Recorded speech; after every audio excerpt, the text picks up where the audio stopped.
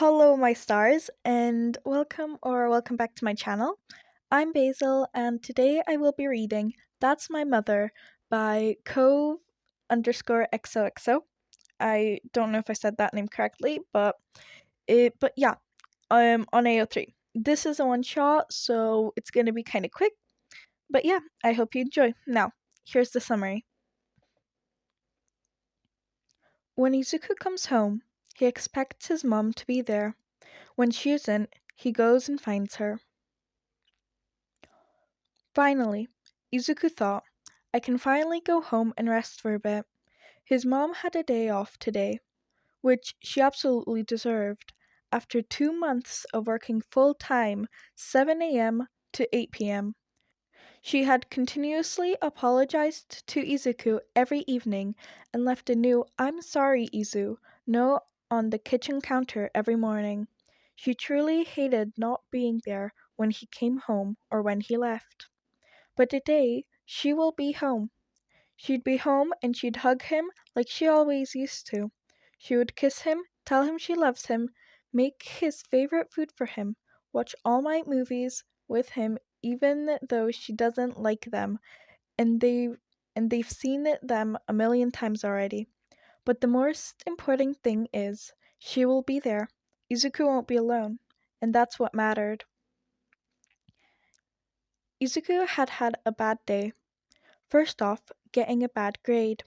Again. Because he cheated. Second off, being made fun of by the entire class for wanting to go to UA. Third off, being told to jump off a roof and pray for Cork in his next life. Honestly, who the fuck says that to someone? And last but not least, being left alone on a roof after his idol, his favorite hero, the reason he was still alive, told him that his dream was not realistic. To Izuku, it felt like the man had just said, "Go kill yourself." Realistically, he knew that wasn't true, but that's what it felt like. Not to mention, he saw the same All Might watch as his best friend was being killed by the villain that escaped because of no one other than Izuku himself. But no one knew, and no one will ever know as Izuku walked past his friend. But not before he had made eye contact with him and made the L sign with his hands. Pray for a quirk in your next life. Sure, why don't you pray for a better personality in your next life? Izuku opened the door to his apartment as he called out, "Mom, I'm home!" Excited to find his mom coming at him with a hug. But the hug never came. Honestly, neither did his mom. Izuku looked in his bedroom. She could be making my bed, maybe? No one. He looked in her bedroom. Maybe she was making her own bed? Cleaning her room? No one. He looked in the kitchen. No one. Living room? No one. In a panic, Izuku grabbed his phone and dialed his mother's number. Beep. Please pick up. Beep. Come on, Mom. Beep. Please. Hello, this is the voicemail of Inko Midoriya. Please leave a message after the tone. I will call you back shortly. Izuku stared at his phone still going. Beep. Mom, are you there? I just wanted to let you know that I'm home. Can you call me or text me about when you expect to be home? Love ya. Bye. He hung up. A few hours later, he still hadn't heard anything. He had been home since 4 p.m., and his mom was supposed to be home too. But now it's 7 p.m. Izuku hadn't eaten anything yet, and his stomach begged him to eat something. But how can he eat when his mom isn't here? It's not polite to start dinner before everyone was seated and had their food. Bing! Izuku got a text. He went to look at it. It's from his mom. Mom. I love you. I didn't deserve you, and you didn't deserve this. Any of this. You. Mom, what do you mean? When are you coming home? Did something happen? Where are you? I'll pick you up. Just tell me everything, okay? Mom, answer me, please. After 5 minutes of waiting for an answer that never came, Izuku decided to go outside and find his mother. He walked into alleys he usually would never go into. He walked all the way to the supermarket, then to the mall, then to his mom's work, where no one had seen her all day, which was the only thing that made sense since it was her day off after all. It must have been at least 1.5 hours before he decided to go back home. Maybe she will be back now. On his way home, he once again checked every alley. He went by the supermarket again, and that's when he saw it. There were cops surrounding an alley. There were detectives, rescue heroes, and officers. Maybe I can ask them if they know where my mom is. Maybe she contacted them?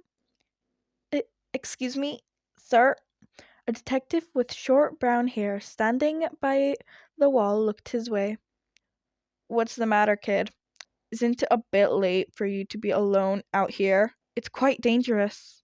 Izuku doesn't know what time it is, but it had to be at least 9:15 p.m.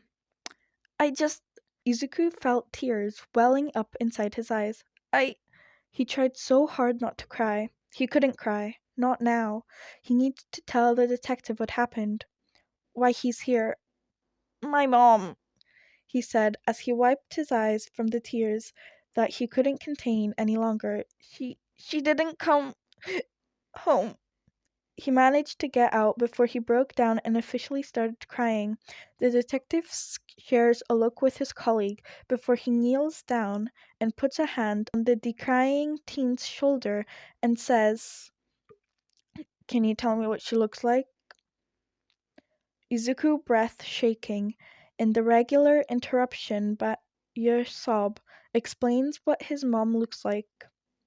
The detective shares another look with his colleague, this one more intense and worried.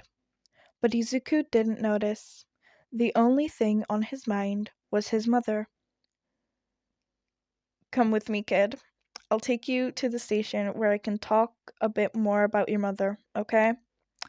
Izuku nodded, and if the detective let out a heavy, shaky breath, well, screw him. The kid didn't notice anything anyway. He was way too out of it for that. As they walked towards the car, Izuku couldn't help but look into the alley that the police had just put lint in front of. His breathing stopped.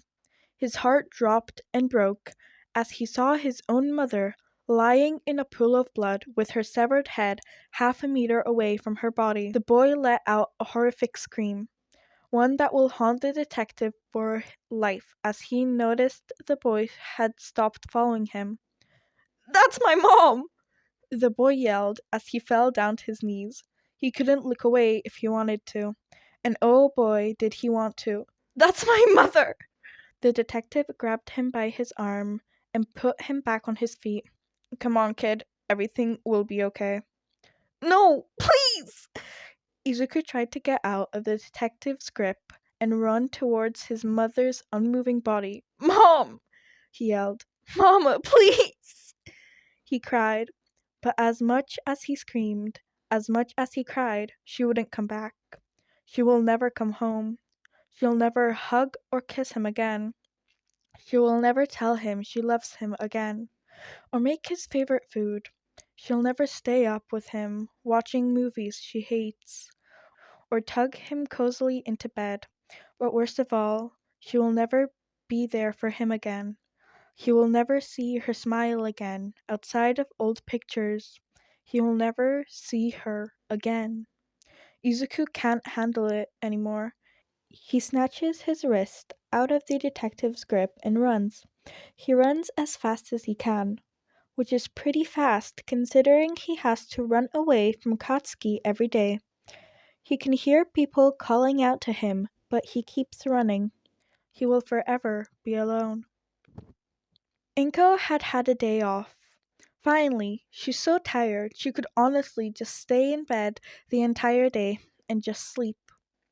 But that wouldn't work. She was planning on making her son's favorite dinner because it had been at least 2 months since he'd had it. Seeing as Izuku couldn't cook or bake if his life depended on it, so she made the decision to go to the supermarket. Inko was about to go back home when she saw a small girl crying in an alley, and a man with a beak-like mask covering his face, telling her to shut up. Inko, being a mother of a bullied child, couldn't let this just happen in the shadows. She had two options. 1. Ask anyone around her to help the little girl and not get involved with it. 2. To go fuck up that abusive cunt hurting a 4-year-old. Opinion 1 would take too long to get into action, so she chose 2. Hey, what in the world do you think you're doing, huh?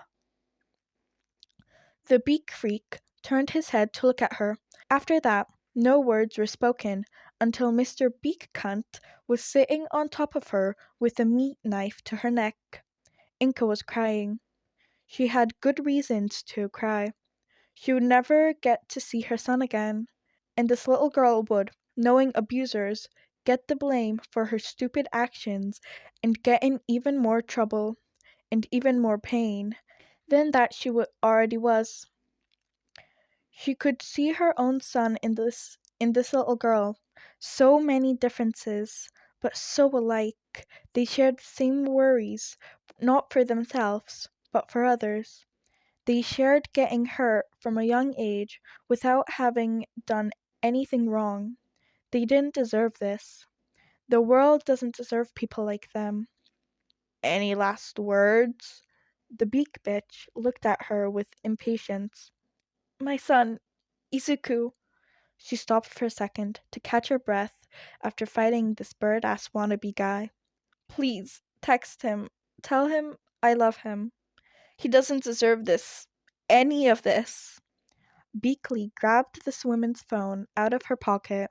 49858. The password. The man didn't say anything. It was quiet for a moment, until Beaks shoved Inko's own phone in her face, showing her the text. You. I love you. I didn't deserve you. And you didn't deserve this. Any of this. Izu. Typing. Inko wished she'd get to see her son's reply, to know that she meant enough to him that he'd be worried about her. But that never happened. 1 second, she was looking at the phone, seeing her son typing out his response. The next, she wasn't there anymore. Nothing was there anymore. Just a black void. She will always wonder what her son's response might have been. Well, that is the end of that fic.